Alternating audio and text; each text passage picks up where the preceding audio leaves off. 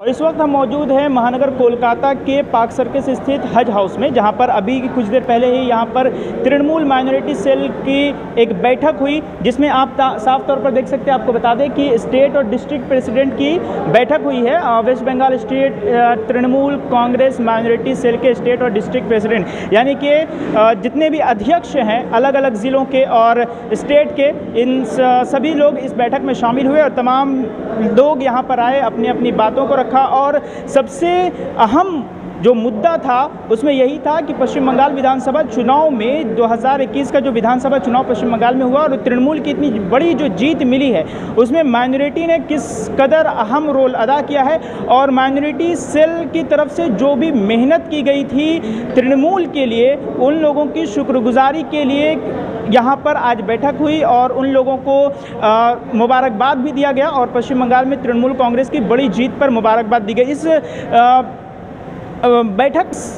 इस बैठक में साफ तौर पे आपको बता दें कि सांसद नदीमुल हक साहब मौजूद थे, जो all India Trinamool minority cell के चेयरमैन हैं। साथ ही हाजी नूरुल इस्लाम मौजूद थे, जो स्टेट तृणमूल माइनॉरिटी सेल के प्रेसिडेंट हैं। साथ ही अहमद अली वारसी साहब मौजूद थे, जो वाइस प्रेसिडेंट हैं तृणमूल कांग्रेस के, और अलग अलग ज़िले के तमाम प्रेसिडेंट मौजूद थे इस अहम बैठक में। इस दौरान हाजी नूरुल इस्लाम और माइनॉरिटी सेल के ऑल इंडिया चेयरमैन जो सांसद नदीमुल हक हैं, उन्होंने सभी ने यही कहा कि माइनॉरिटी सेल जिस तरह से पश्चिम बंगाल चुनाव के दौरान काम की है, उसी की शुक्रगुजारी के लिए, उसी के लिए हम लोग इस बैठक को किए हैं और तमाम लोगों को बुलाकर उन लोगों को मुबारकबाद दिए हैं। आइए सुनते हैं इन लोगों ने क्या कुछ कहा है। देखिएगा कि एक्सटेंडेड एग्जीक्यूटिव कमेटी मीटिंग है स्टेट और डिस्ट्रिक्ट प्रेसिडेंट्स की। तो ये दरअसल ये है कि 2021 में जो इलेक्शन हुआ, जो उसके बाद नतायज आए, माइनॉरिटी का कोई भी एक मीटिंग नहीं हुई थी। तो इसको लेकर आपस में जायज़ा लिया गया कि क्या रोल माइनॉरिटी अदा की है और आने वाले वक्त में क्या रोल माइनॉरिटी सेल जो तृणमूल कांग्रेस का है वो क्या अदा करे। क्या लगता है आपको कि ममता बनर्जी की जो जीत हुई है वो सिर्फ माइनॉरिटी के वोट से ही हुई है? देखिए, कभी भी कोई जीत सिर्फ माइनॉरिटी से नहीं होती, सिर्फ मेजोरिटी से नहीं होती। सब लोग मिल करके जब इलेक्शन में वोट देते हैं तभी कोई जीतता है। और चुनाव के बाद जो हिंसा हुआ बंगाल के अंदर और जिस तरह से बीजेपी आक्रामक दिखी, उस पर आप क्या बोलेंगे?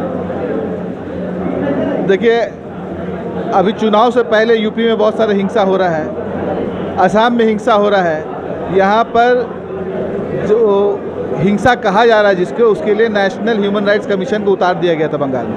आज जो नेशनल ह्यूमन राइट्स कमीशन कहाँ है, जब यूपी में किसानों को रौंद दिया जा रहा है, जब आसाम में मुर्दा लाश पर डांस किया जा रहा है, ये लोग कहाँ गए?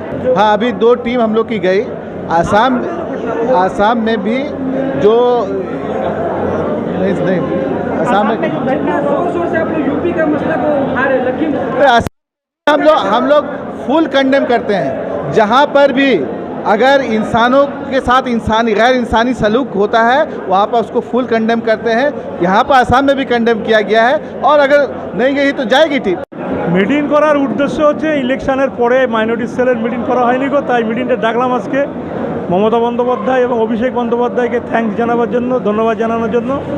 কারণ তারা তৃতীয়বারের জন্য আবার ক্ষমতায় এসছে মমতা বন্দ্যোপাধ্যায় বাংলার মানুষের রায় নিয়ে। এর জন্যই আমরা দিদিকে কৃতজ্ঞতা জানানোর জন্য আজকে বিশেষ করে মিটিংটা ডাকা এবং আগামী 2024-এ মাইনরিটি সেল আরও ভালো করে যাতে কাজ করে সেইভাবে আমরা সমস্ত দলের নির্দেশ দিয়ে দিয়েছি, তারা যেন ঝাঁপিয়ে পড়ে কাজ করে এবং 2024-এ আমাদের মিশন যেন পুরো হয়, সেই দায়িত্ব নিয়ে আমরা আজকে মিটিং করেছি। প্রতিবাদ কোথায় করবে, কার কাছে প্রতিবাদ করবে? যার কাছে প্রতিবাদ করবে সেই তো ভারতীয় জনতা পার্টি দিল্লিতে বসে আছে। তাই তো মমতা ব্যানার্জির উদ্দেশ্য আগামী 2024-এ দিল্লি থেকে ওদের উৎখাত করবার একটাই প্রয়াস। তাই তিনি সমস্ত দিক থেকে চিন্তাভাবনা করছেন যাতে আগামী 2024-এ ভারতবর্ষ থেকে ভারতীয় জনতা পার্টি মুছে যায়, সেই চেষ্টাই করা হচ্ছে। আমরা 2024-এ দিল্লি একটা ধর্মনিরপেক্ষ সরকার হবে এবং সেই সরকারের প্রতিনিধিত্ব করবে মমতা বন্দ্যোপাধ্যায়। এটাই বাংলার মানুষের আকাঙ্ক্ষা, এটাই বাংলার মানুষ দেখতে চাই। আরও অনেক ভারতবর্ষে অনেক খেলা চলছে, খেলা হচ্ছে, অন্য অন্য রাজ্য থেকে কি হবে দেখবেন। পরে 2024 आसुक तक आबार परिणामटा बुझते पारबेन की परिस्थिति हो। प्रोग्राम खास तौर पे ममता बनर्जी और अभिषेक बनर्जी और सुब्रतो बख्शी साहब को मुबारकबाद देने के लिए माइनॉरिटी सेल ने ये मीटिंग बुलाया था। हाजी नूर इस्लाम साहब जो कि पश्चिम बंगाल के माइनॉरिटी सेल के जो प्रेसिडेंट हैं, इन्होंने अपने सारे ज़िला के प्रेसिडेंट को बुलाया था और उनको मुबारकबाद दिया कि आप लोगों ने जो इलेक्शन गुजरा उसमें बहुत अच्छा काम किया और आने वाले 2024 की तैयारी के लिए अभी से आप लग जाइए।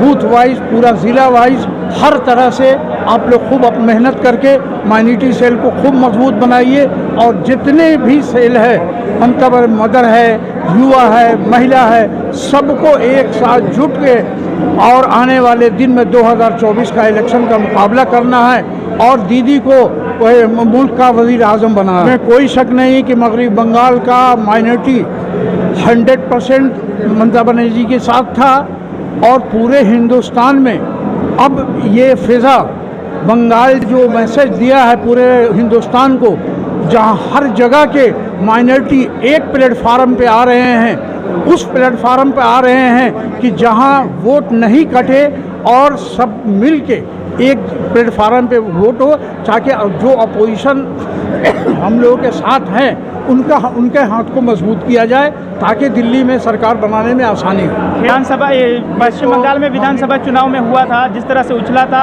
और जिस तरह से ये नारा जो है बहुत ज़ोर शोर से चला, क्या लगता है कि लोकसभा चुनाव के दौरान भी ये खेला होगा?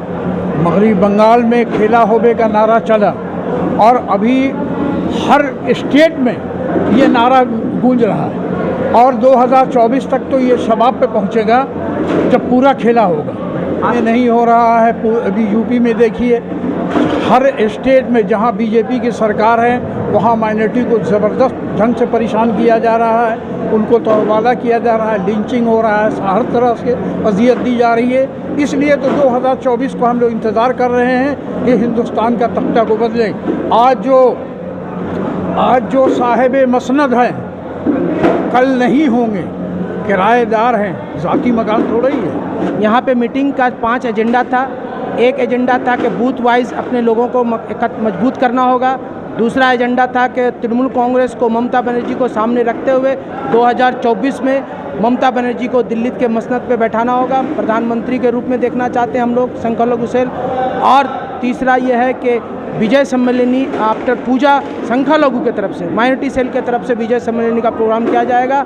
चौथा ये है कि हम लोगों को इतना बड़ा जो जीत मिला है तृणमूल कांग्रेस को, पूरे विधायकों को 213 से 215 हुआ, 215 से 219 होगा। हम लोगों का एक स्लोगन था माइनॉरिटी सेल में 2021 221, मैं समझता हूँ आने वाले दिनों में वो 221 पूरा कर जाएगा। इसके लिए हम लोग सारी चीज़ों को आज प्रोग्राम रखा है। इस प्रोग्राम को बड़ा कामयाबी के तौर पर आज नदीमुल हक साहब, नूरुल साहब और पूरे स्टेट कमेटी, डिस्ट्रिक्ट कमेटी यहाँ पे आकर इस प्रोग्राम को कामयाब बनाया।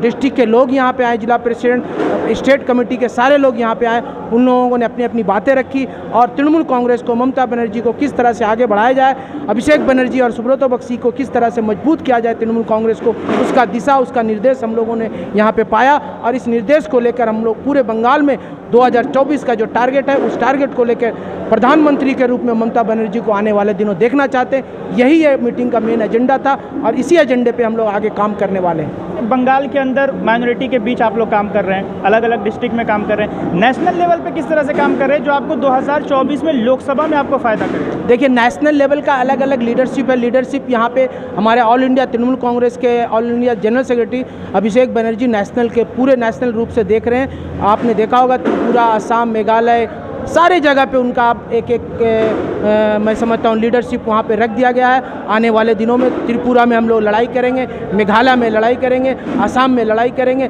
गोवा में लड़ाई करेंगे। सारे लोग आप देख रहे हैं कि पूरे हर स्टेट से लोग दूसरे पार्टियों से रिजाइन देकर, दूसरे पार्टियों का ऑफिस बेयरर से इस्तीफा देकर इस पार्टी में ज्वाइन कर रहे हैं। इस पार्टी में ज्वाइन का मकसद है कि तृणमूल कांग्रेस को, ममता बनर्जी को आगे बढ़ाकर ममता बनर्जी का चेहरा पूरा हिंदुस्तान देखना चाहता है। इसमें कोई संदेह नहीं कि ऑल इंडिया तृणमूल कांग्रेस का जो काम है अभिषेक बनर्जी बहुत ही बखूबी अंजाम दे रहे हैं। ये मैं